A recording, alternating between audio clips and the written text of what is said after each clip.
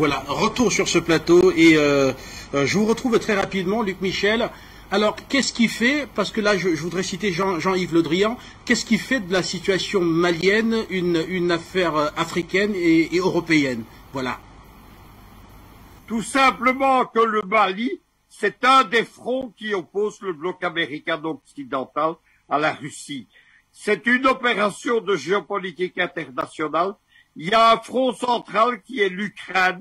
Il y a cette semaine-ci 3 grandes négociations entre la Russie et les États-Unis à Vienne, entre la Russie et l'OTAN à Bruxelles, et entre la Russie et l'OSCE, qui est l'Organisation de la sécurité et de la coopération en Europe, en Ukraine.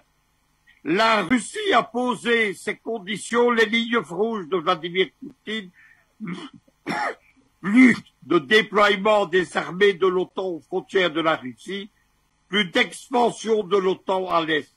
Il y a des fronts secondaires. Le deuxième, c'est la Syrie, où l'armée russe et l'armée arabe syrienne est en offensive pour reprendre le contrôle des provinces nord de la Syrie, qui sont aux mains de la Turquie, la deuxième armée de l'OTAN. Les Africains qui croient que la Turquie est l'allié de l'Afrique se trompent lourdement, et les Américains qui occupent également le nord de la Syrie. Le troisième front, il est au Kazakhstan. Les Américains, avec les Turcs encore eux, ont tenté une révolution de couleur qui a duré 72 heures. En 72 heures, la Russie est intervenue militairement et a écrasé cette révolution de couleur, rétabli l'ordre et la légalité constitutionnelle.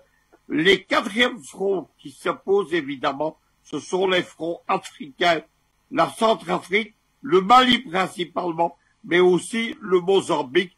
Voilà pourquoi aujourd'hui il n'y a pas d'opération régionale de géopolitique, mais pour lequel l'Afrique aujourd'hui, c'est un des fronts de la géopolitique mondiale.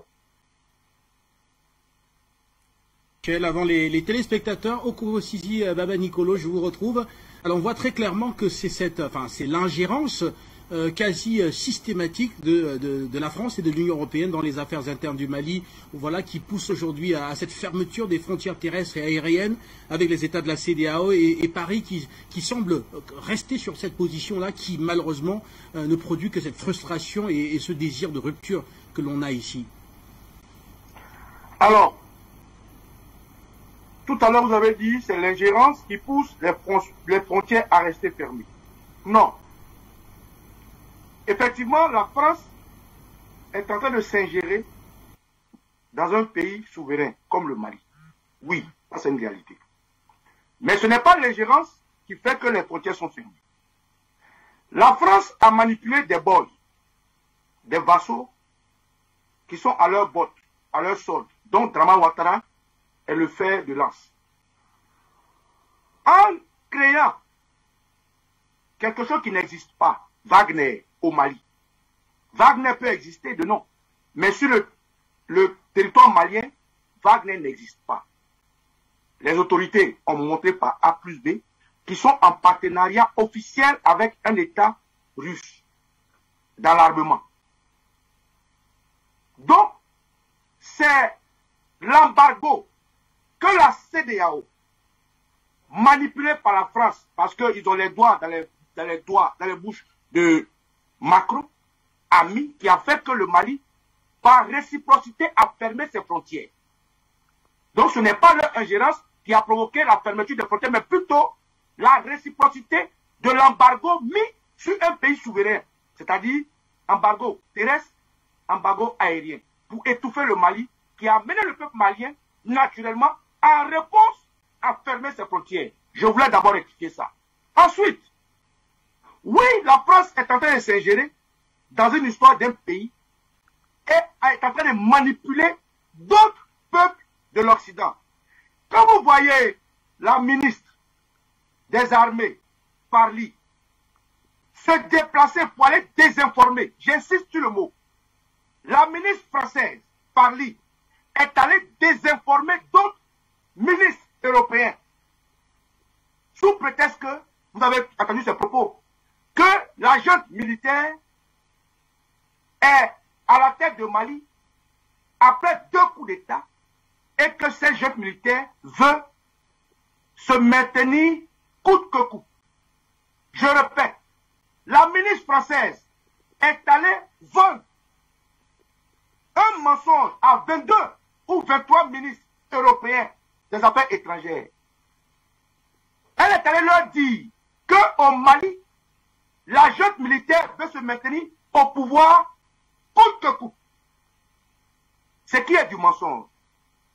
Alors que ce qui se passe au Mali est l'échec total de partenariat France-Mali, du partenariat France-Afrique de l'Ouest, dans le Sahel, où des terroristes sont hébergés par la France, nourris, blanchis, tout comme ils ont fait en Côte d'Ivoire, ils ont hébergé, nourris, blanchis des rebelles qui ont eu pour nid le Burkina et qui sont rentrés en Côte d'Ivoire. Donc, cette manière de s'ingérer dans les affaires du Mali est une histoire préparée pour une guerre. Pourquoi?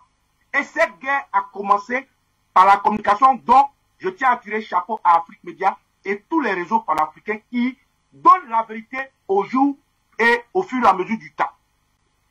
La communication est la première arme. Quand vous comprenez que devant 23 ministres européens, un ministre ment, oui, Pali est une menteuse. Alors que le Mali dit, nous voulons faire des élections. Mais depuis 2013, nous avons à nos portes des terroristes, des djihadistes. Et que le président, père à son âme, Ibeka qui vient de partir, n'a pas été capable d'éradiquer cela, le peuple malien s'est levé. Ce qu'ils appellent un coup d'État n'est pas un coup d'État. Le peuple malien s'est levé pour revendiquer une sécurité. Et naturellement, Assimi Goïta et ses camarades, en tant que patriotes, parce que la question est de savoir à quel moment on dissocie le fils du Mali qu'est Assimi Goïta au militaire qu'il est, qui est son travail régalien. À quel moment on dissocie le patriote que est la junte militaire et le Malien qui sort. Ceux qui sont dans les trains militaires sont des Maliens. C'est des citoyens maliens qui ont leur famille qui est massacrée. Ceux qui sont dans les trains aujourd'hui sont des citoyens maliens qui ont le droit de voter, le droit de citoyenneté. Donc quand ils prennent sur eux la charge, alors que le peuple malien s'est levé pour dire qu'il veut leur sécurité, de freiner un président qui est incapable de réaliser cela, et qu'aujourd'hui ils disent, pour y arriver, nous avons besoin d'un délai allant de 6 mois à 5 ans, comme il avait dit, et ils ont ramené à 4 ans. Tout ce que l'Afrique avait à faire, puisqu'ils disent qu'ils ont les commandes, c'est de s'associer à eux. Tout ce que la France avait, c'est de s'associer à eux pour éradiquer le Nord Mali, pour qu'enfin, ils puissent trouver une date normale, consensuelle. Mais au lieu de ça, qu'est-ce qu'ils ont fait? Le mensonge de la communication française a créé un monde qui n'existe pas à Wagner. Le mensonge de la communication française a envoyé des ministres aller vers d'autres représentants d'autres pays pour leur mentir, pour leur dire des mensonges. La France est en train de faire passer aujourd'hui le Mali comme étant un pays bat en guerre. Parce que quand vous voyez, les gens disent tout à l'heure, vous avez posé la question de savoir est-ce que le Mali va relire les contrats avec la France. Mais le docteur Choguel Maïga a dit que s'il avait un choix à faire entre la volonté du peuple malien et rester dans n'importe quel accord, que ce soit régional ou pas, il préfère écouter le peuple malien. On appelle ça la diplomatie parlée. On appelle ça dire les choses avec élégance. Quand le premier ministre Choguel Maïga dit que nous allons relire, il ne dit pas nous lisons, nous allons quitter, il dit nous allons relire. C'est laisser une marge de manœuvre de la discussion. Mais qu'est-ce que la France fait en retour? La France tout de suite tape sur la table pour dire que le Mali est en train de lire, que le Mali va rompre, que le Mali, tout ça pour faire passer le Mali pour le boulot et la France pour la victime dans la communication. Ils l'ont fait à Côte d'Ivoire. Ils ont fait passer le président Laurent Gbagbo comme étant le bourreau qui aurait bombardé leur camp de Bouaké et aurait tué des soldats français pour avoir l'opinion internationale et bombarder l'aviation du président Gbagbo. Ils l'ont fait en 2011 sous prétexte que le président Laurent Gbagbo serait en train de tuer le peuple du Nord, les musulmans, les adeptes de l'Assemblée Ouattara avec des armes lourdes et ils ont attaqué la résidence du président Gbagbo. Ils ont fait cette communication de mensonges pour amener toute l'Afrique de l'Ouest, le Burkina, le Mali, le Niger, la Guinée, à accompagner Ouattara. Aujourd'hui, je suis très content de partager le plateau avec un frère du Burkina Mais c'est au Burkina que la rébellion a eu son nid, entretenu, protégé par la France. Je suis très content qu'aujourd'hui le Mali s'élève, parce que c'est les Maliens, dans les dires des marabouts maliens, nous avons compris que le Mali a soutenu Alassane Ouattara mystiquement. Nous avons vu que le Mali a soutenu Alassane Ouattara parce qu'on disait que c'était un musulman, parce qu'on disait que c'était un fils du Nord, parce qu'on disait qu'il était du Nord, les gens ne voulaient pas. Aujourd'hui, Dieu merci, nous avons les médias et nous pouvons dire au peuple malien que ceux qui vivent aujourd'hui, la Côte d'Ivoire l'a vécu 10 ans en arrière. La Côte d'Ivoire a eu 10 ans de résistance. La Côte d'Ivoire s'est dressée contre la France. Tout à l'heure, disait mon camarade Nelson Konassé que la Côte d'Ivoire était un peu pacifique. Non, la Côte d'Ivoire a résisté depuis 2002 jusqu'à 2011. Au moment où le Burkina, le Mali, la Guinée, le Niger nous avaient fermé la porte, seul le Cameroun soutenait. Si en ce moment-là, il y avait ces médias comme Afrique Média, si en ce moment il y avait Internet, je pense que si l'Afrique s'était levée comme on se lève au seuil du Mali, la Côte d'Ivoire aurait déjà gagné cette guerre, comme aujourd'hui le Mali a fait prendre la revanche. Nous soutenons le Mali et le Mali est en train de s'imposer et non, cher Dupondom, ce n'est pas l'ingérence de la France qui fait que le Mali ferme ses frontières, c'est plutôt la réciprocité de l'embargo contre le Mali qui fait que le Mali ferme ses frontières pour pouvoir être souverain. Vous en parlez au Kourossi Baba Nicolo, alors qu'on écoute très clairement les autorités maliennes, notamment reproduire les mesures de réciprocité contre la CEDEAO, contre la France également, en disant très clairement que la CEDEAO était à la solde de la France. Alors, est-ce qu'à partir de là, on ne peut pas faire le lien, on ne peut pas faire un rapprochement entre la CEDEAO et la France dans cette prise de sanctions contre l'État malien? Merci. Ça, c'est une très belle question qu'il faut élucider. La CEDEAO, qu'est-ce que c'est? La CEDEAO est un peu comme la CEMAC chez vous au Cameroun. La CEDEAO est un outil créé... en parlant de CEDEAO et de CEMAC, il faut dire que, par exemple, il y a une transition qui est en cours en Afrique centrale, dans la zone CEMAC, c'est celle du Tchad. Il n'y a jamais eu de sommet extraordinaire de la CEMAC sur la situation au Tchad. Il n'y a pas de communiqué, il n'y a pas de délai, il n'y a pas de date. Merci. Pourquoi? Parce que quand le Tchad ou quand la Centrafrique avait commencé, la France tout de suite est allée au chevet du Tchad. Pour le Mali, la France a été surprise de voir que, tiens, le Mali est en train de s'affirmer avec un partenaire militaire qui est un peu rival à la France et à l'Europe, qui est la Russie. Aujourd'hui, le Mali est en train de s'affirmer en obtenant par des devises étrangères la vente de ses propres marchandises qui ne passent pas par le trésor français. Aujourd'hui, la France est en train de voir que le Mali ne respecte pas son esclavagisation de l'Afrique. Donc, effectivement, quand vous posez la question de savoir est-ce que la CEDEAO reflète la voix de la France, oui, la CEDEAO, c'est pour ça que je voulais vous expliquer qu'est-ce que c'est. La CEDEAO, au sein de la CEDEAO, il y a le veto de la France. La CEDEAO a son outil qui est l'UEMOA, qui est géré par la banque, la PCAO, et a aussi le veto de la France. Donc, tout ce qui se décide à la CEDEAO, elle vient de Paris. Regardez d'ailleurs dans leur communication. Quand Le Drian parle, il dit les sanctions de la CEDEAO. Quand Parly parle, elle dit les sanctions de la CEDEAO. Quand Emmanuel Macron parle, il dit les sanctions de la CEDEAO. Tout comme ils ont fait avec la Côte d'Ivoire, la CEDEAO, l'Union africaine et l'ONU ensuite. Cette fois-ci, ils sont passés de la CEDEAO à l'Union africaine, pardon, à l'ONU parce que l'Union africaine n'a pas accepté. Donc oui, ce que Alassane Ouattara, parce que c'est de lui qu'il s'agit. Alassane Ouattara est le boy d'Emmanuel Macron.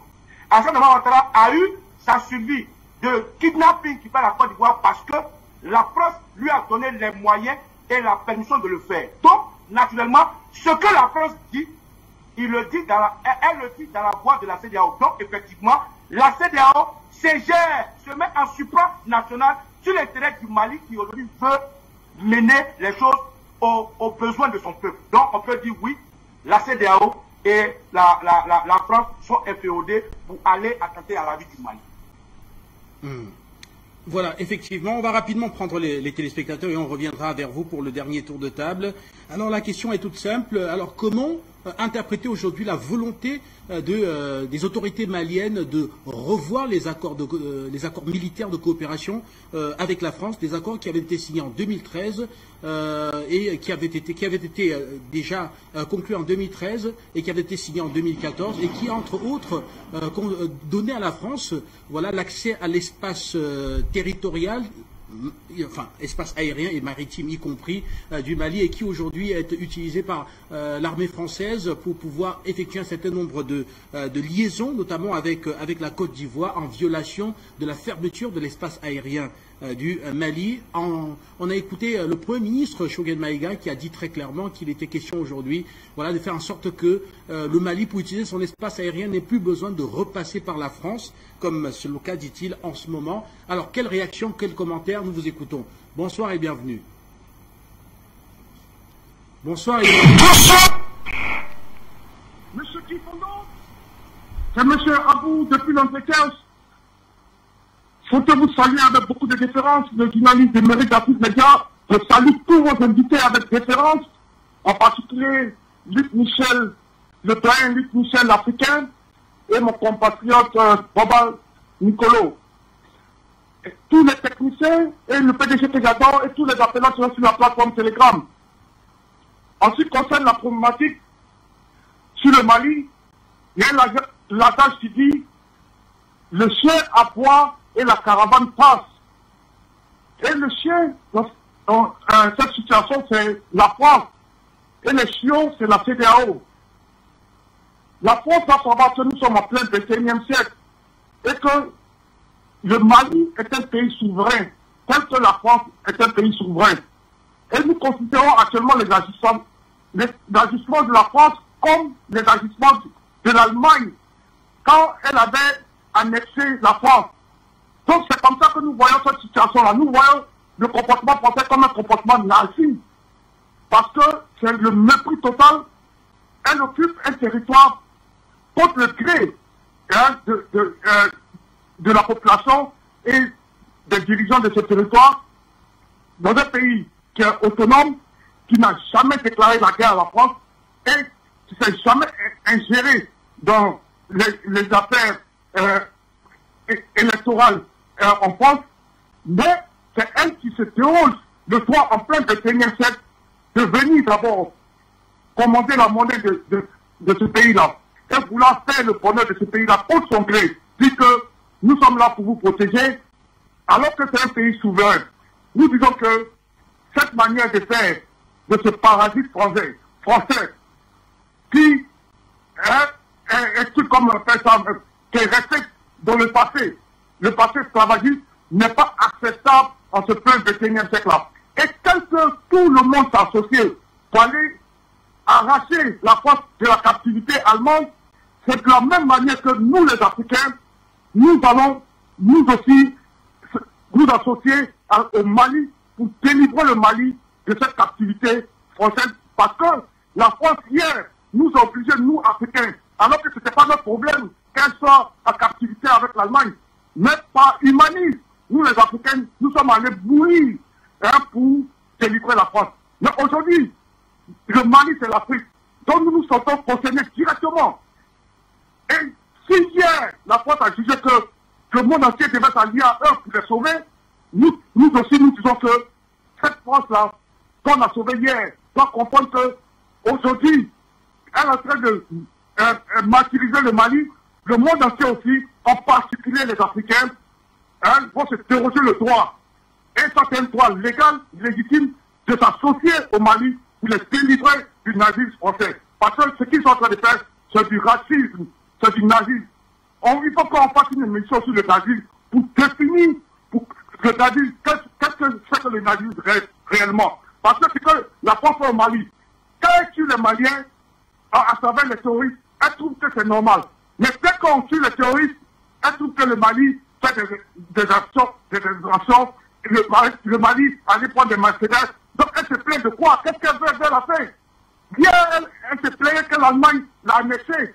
Aujourd'hui, elle ne comprend pas que le Mali a droit à la liberté comme elle. Donc nous disons que la France n'a rien offert à l'humanité. Elle ne connaît que du vampirisme. Elle est une sorcière, un parasite. Tu refuses de prendre son indépendance. Nous, on va lui donner son indépendance. On va la faire grandir par la force. Or, comme elle va apprendre à travailler et à se nourrir d'elle-même.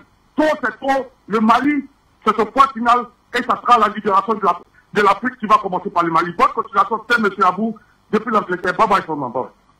Merci à vous. Merci à vous, Monsieur Abou, depuis le Royaume-Uni. On va poursuivre avec d'autres intervenants. Vous nous retrouvez pour vous exprimer autour de la situation au Mali et nous vous écoutons. Alors, que pensez-vous de la volonté des autorités maliennes? D'ailleurs, rappelez que Paris a été notifié donc de ce désir de modifier les accords de défense de 2013, voilà, signé en 2014, qui entre autres donne accès au territoire malien, y compris quand on parle de territoire, on voit également les eaux territoriales maliennes et également l'espace aérien. Et ce qui fait d'ailleurs les affaires de la France aujourd'hui, alors que le ciel malien est fermé à tous les États de la CEDEAO. Il y a tout de même voilà, une pénétration des aéronefs liés à l'armée française en se référant bien sûr à cet accord. Alors qu'en pensez-vous? Bonsoir et bienvenue. Bonsoir Guy Fonda, c'est Jean depuis les États-Unis. Oui Guy Fonda, merci. Je vous salue, nous vous saluons vos invités, les techniciens, tous ceux qui étaient avec médias. Guy Fondop, nous sommes en guerre et nous y sommes de plein pied. Nous devons rafraîchir nos mémoires chaque fois parce que ces accords sont signés dans un plan bien précis de la France pour continuer sur son sale besogne. Vous savez que c'est maintenant c'est clair pourquoi Ouattara est imposé en Côte d'Ivoire. C'est clair maintenant. Parce que c'est lui qui est la CEDEAO aujourd'hui, c'est Ouattara. Et il trouve ses valets locaux, il s'impose dans la sous-région. Comme le cas de Houphouët. Vous vous souvenez? Non, nous ne sommes pas ici contre quelqu'un d'autre. Nous voulons restituer les faits. C'est le même rôle que Félix Houphouët avait joué en Côte d'Ivoire. N'ayons pas une courte mémoire. C'est le même rôle. Vous vous souvenez du discours de Félix Houphouët quand il offrait l'Afrique, c'est-à-dire de l'Ouest à la France. La France c'est-à-dire que la France doit exploiter l'Afrique de l'Ouest pour pouvoir se reconstruire. Parce que la France avait menti, elle avait promis des choses, et que aujourd'hui vous voyez que c'est vain. Donc, c'est la même chose qu'on promet à Ouattara, malgré ce que Ouattara fait, il est toujours là, et ce qu'il fait, ça sort de l'humain, parce qu'on ne sait pas s'il a un cœur humain. Mais pourtant, vous voyez comment il est soutenu par la France. Donc, on doit comprendre et faire le lien du rôle que joue, c'est-à-dire qu'on fait jouer, surtout la Côte d'Ivoire, dans la sous-région. C'est pour cela que Guy Fondop, ces accords doivent être complètement balayés. Il faut du courage, comme le cas du Mali. Oui, c'est vraiment inadmissible qu'on accepte toujours, on ait toujours cette domination de ces accords. Mais aujourd'hui, Dieu faisant, le Covid est en train de régler un grand compte. Vous allez voir les pays, ces pays qui se disent développés, ils s'appauvrissent maintenant. La France, les États-Unis, ça consort, ils s'appauvrissent complètement à cause de la Covid. Vous allez voir. Parce que c'est sur ça qu'on se bat pour promettre à tous ceux-là qui font de sales besoins en Afrique, les présidents, ces valets locaux, ces fainéants. Oui, vous aurez des comptes remplis en banque, en France, c'est qu'on sort, vos enfants vont fréquenter à Paris, vous aurez tout à Paris, vous aurez vos vacances, vos hôtels à visiter, vous allez faire la belle vie. Mais aujourd'hui, regardez, commençons par quoi? Tous les biens de Houphouët sont saccagés par cette dame-là, la femme de Ouattara. Mais regardez, et il y a des Togo. Mais regardez, mais ce sur quoi les Africains se battent toujours à regarder la France comme sauveur. Pourquoi? C'est pour cela que nous demandons le courage à nos présidents. Tous les présidents de l'Afrique de l'Ouest, qui ont signé des accords avec la France, ayez le courage de balayer ces accords-là. Ayez le courage pour laisser un pays digne à la génération à venir. Si vous ne le faites pas, vous-même vous serez écrasés. Déjà, vous êtes humiliés par vos décisions, vous serez écrasés, vous serez trahis par la même France. Garde à vous, ces dirigeants fainéants de l'Afrique de l'Ouest. Que Dieu bénisse. Merci. Pour votre intervention. On va poursuivre avec d'autres intervenants. Vous nous retrouvez et vous vous exprimez autour de la question. Bonsoir et bienvenue. Bonsoir. Bonsoir et bienvenue. Bonsoir. Bonsoir Guy Fondor, c'est M. Kofi depuis la Côte d'Ivoire. Je voulais saluer vos invités, c'est Guy Fondor. Il n'y a jamais eu un accord de défense entre le Mali et la France. Pourquoi? Il y a eu des papiers écrits. un accord de défense, c'est celui qui défend son ami.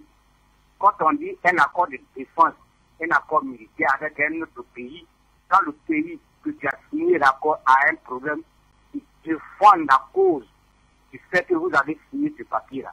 Maintenant, si tu ne le défends pas, ce n'est pas un accord militaire.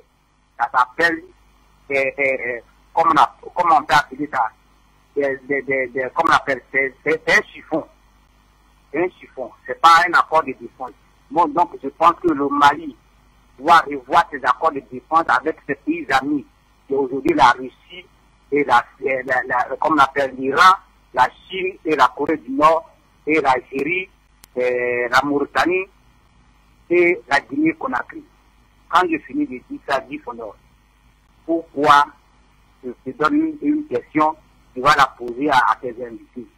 Pourquoi des Pentas se battent et le coq se dit, les plumes sont arrachées parce que des Pentas en train de se battre. À quoi la France ou bien l'Europe, nous on a quel lien avec l'Europe, on n'a pas de frontières avec l'Europe. Pourquoi nous, notre problème est sur l'affaire africaine et sur l'affaire européenne?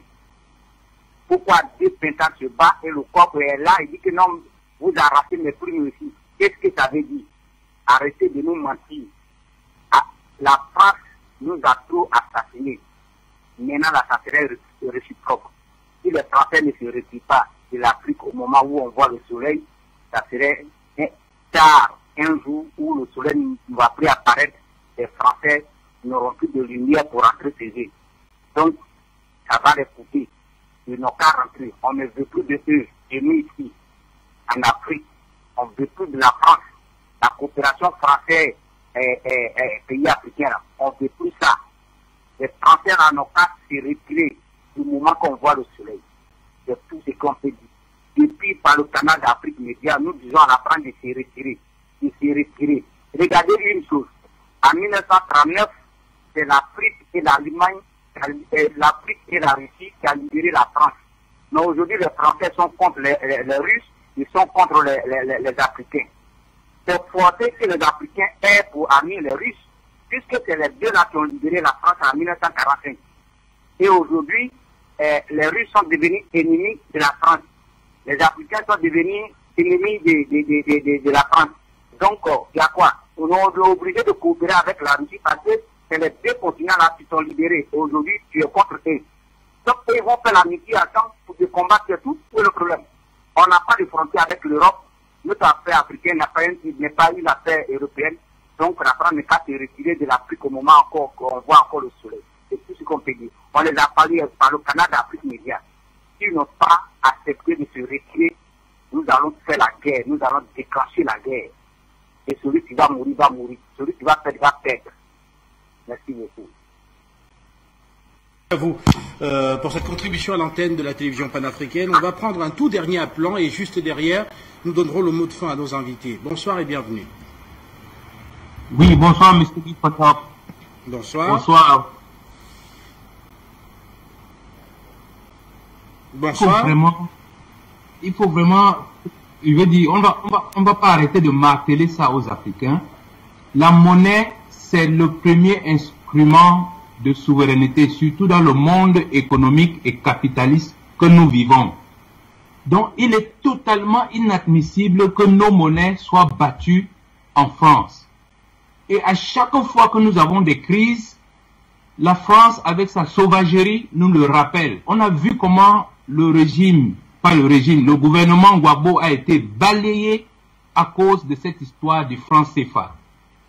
Je le dis encore une fois de plus. Si le président Goïta, si le président Touadéra ne profite pas de l'occasion actuelle pour sortir du franc CFA, alors ils sont des complices cachés de la France. Je répète, ils doivent sortir du franc CFA. Parce que, imaginez-vous, les gens prennent des sanctions pour bloquer l'argent du Mali. Mais ça veut dire quoi? Est-ce qu'on peut bloquer l'argent des États-Unis? Est-ce qu'on peut bloquer l'argent de la France? Mais qu'est-ce qui prend tous ces fous de s'asseoir quelque part et dire qu'on bloque l'argent d'un pays? Ils ont le droit de vie et de mort sur nous. Je dis bien qu'ils sortent du franc CFA. Deuxième chose, monsieur Guy Fondop, si, comme les Français nous ont souvent terrorisés, ils nous terrorisent encore jusqu'à aujourd'hui. Mais nous avons appris au fil de l'histoire qu'il y a un certain groupe Wagner qui les terrorise. Mais pourquoi nous ne profitons pas de cette occasion pour acheter des t-shirts, des casques sur lesquels on écrit Wagner, Wagner. Si ça peut les faire fuir comme des petits coqs mouillés, tant mieux. Mais pourquoi on l'a tourné autour du pot en disant non, il n'y a pas Wagner, il y a Wagner. On s'en fout. Mettons les casques Wagner, mettons les t-shirts Wagner et qui s'enfuit. Si ça peut éteindre ce feu-là. Voilà ce que je souhaitais dire, M. Guy Fondop. Merci de nous donner la parole. Et excellente soirée à l'écoute des programmes de la télévision panafricaine. Luc Michel, non, je vais commencer par vous, Okosisi Baba Nicolo, voilà, j'y arrive. Et je vous retrouve pour votre mot de fin dans ces échanges en parlant justement de cette saisie de la France par les autorités maliennes qui souhaitent une révision des accords qui ont été signés en 2014 entre la France et le Mali, en parlant notamment d'une disposition particulière qui nous intéresse ici, qui est celle de l'accès au territoire malien, en parlant ici de son espace aérien également, de ses eaux territoriales. C'est l'honneur de commencer pour le mot de fin. Je tiens à remercier tous ceux avec qui j'ai partagé le plateau, le grand frère Luc Michel et puis Nestor Konassé, et profiter aussi pour dire au revoir en même temps à tous vos auditeurs. Alors, ça sera une doléance. Je vais répondre à cette question par une doléance au président Assimi Goïta. Monsieur le Président, je suis africain, je suis ivoirien. C'est la main sur le cœur que nous vous demandons. Aujourd'hui que nous avons accès à l'information, aujourd'hui que nous avons accès à tout ce qui va contre la manipulation de l'Occident, nous sommes informés de votre difficulté au Mali. Et en tant que fils d'Afrique, je vous dis, comme l'a dit le docteur Maïga, votre Premier ministre, que vous êtes prêts. Et que si entre le Mali, le peuple malien et toute autre appartenance économique, vous devez faire le choix, vous allez écouter le peuple malien. Eh bien, ce peuple malien va au-delà des frontières du Mali, comme vous me l'avez dit. Alors, en tant qu'Africain, lorsqu'on va en guerre avec un partenaire, que demain on ne s'entend plus, on se dissocie de tout lien qu'on a créé avec ce partenaire. Alors, Monsieur le Président, il faut rompre tout ce poulet qui empêche l'Afrique d'évoluer. Il faut rompre tout ce qui empêche l'Afrique de s'affirmer.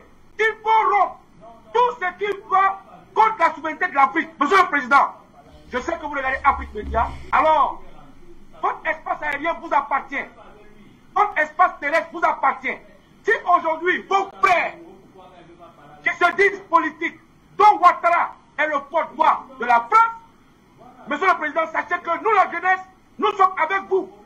La jeunesse du Burkina, de la Guinée, de la Côte d'Ivoire, du Sénégal, du Niger, du Bénin, du Togo, du Nigeria, du Libéria, du Ghana, du Cap-Vert, de la Sierra Leone, nous tous, nous sommes avec vous. Monsieur le Président, ce 22 janvier, toute l'Afrique, partout dans le monde entier, nous allons déferler tout ce qui est ambassade et consulat du Mali.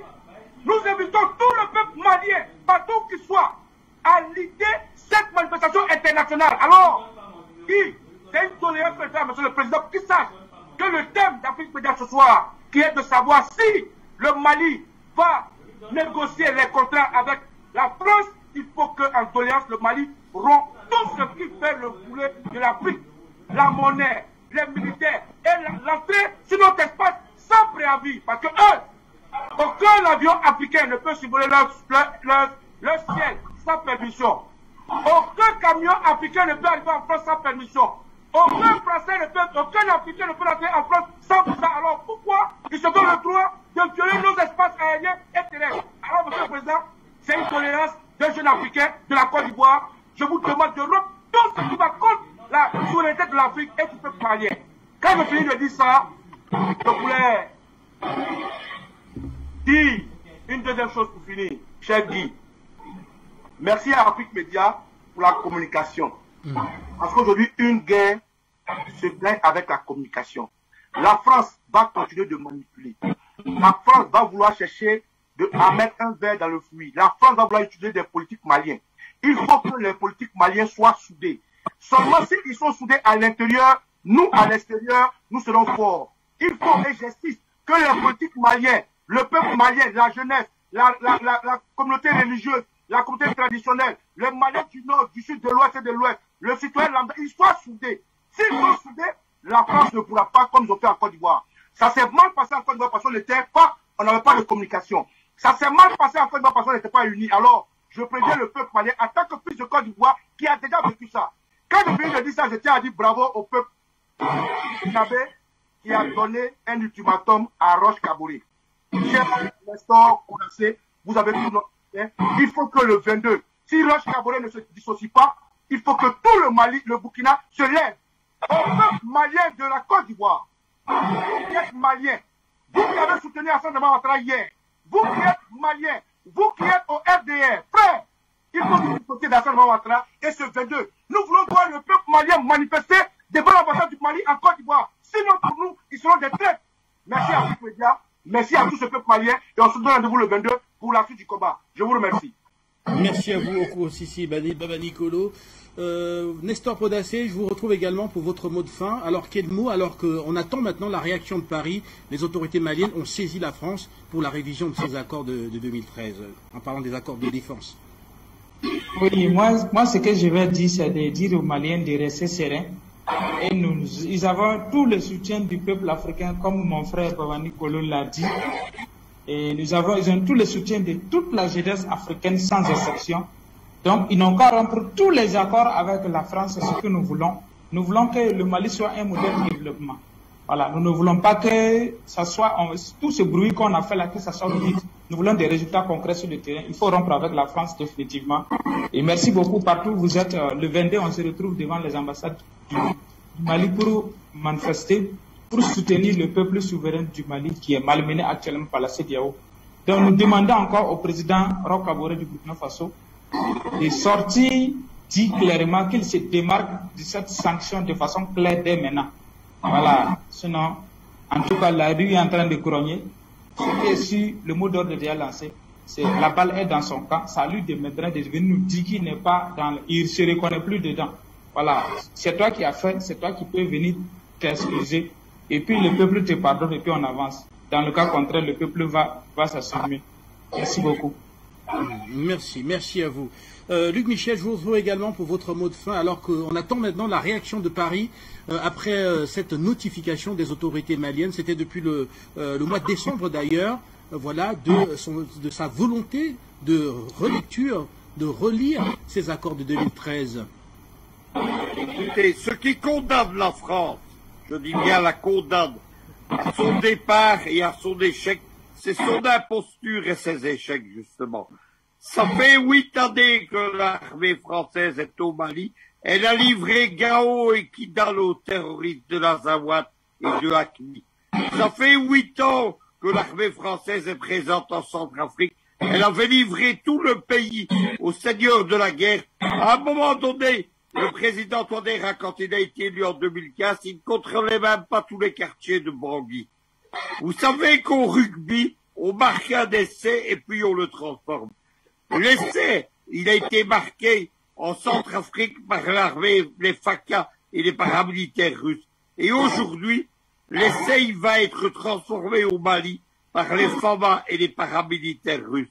La France, elle est en échec total. Elle a, depuis le début, depuis qu'elle est arrivée là-bas, elle a mené une opération d'imposture. Vous savez comment la situation s'est dégradée au Mali et en Centrafrique après avoir détruit, dont la France, la Jamaïria de Kadhafi, Washington et Paris ont essayé 2 scénarios à la libyenne au Mali et en Centrafrique. Ils ont amené des coalitions avec des islamistes radicaux, les gens de Hakmi dans le nord du Mali, la Séléka, la base en Songo, Al-Qaïda en arabe en Centrafrique. Ils les ont amenés au pouvoir dans les 2 pays. Depuis, c'est la guerre civile, c'est la descente aux enfers des pays. En 26 semaines, les FACA avec les Russes ont rétabli la souveraineté du territoire national sur 85% de la Centrafrique et sur tous des chefs-lieux de préfecture. Aujourd'hui, non pas les paramilitaires de Wagner, mais ceux de Sewa Sécurité, avec les FACA, ils ont un plan, c'est pour rétablir la souveraineté de l'armée malienne sur Gao et sur Kidal en 26 semaines. Il y a déjà des résultats, puisque partout dans le Mali, les FAMA s'attaquent victorieusement aux groupes terroristes. C'est terminé pour la France. Vous savez, la France était échec, elle sera demain échec et mat. Merci également à Nestor Podacé, merci à Oko Sissi, à Baba Nicolo et à nos autres intervenants, à ceux qui sont intervenus au standard de la télévision panafricaine. Nous vous souhaitons une excellente soirée et en vous rappelant que le journal africain doit suivre dans moins de 9 minutes maintenant. Ce sera présenté par Junior Wafo.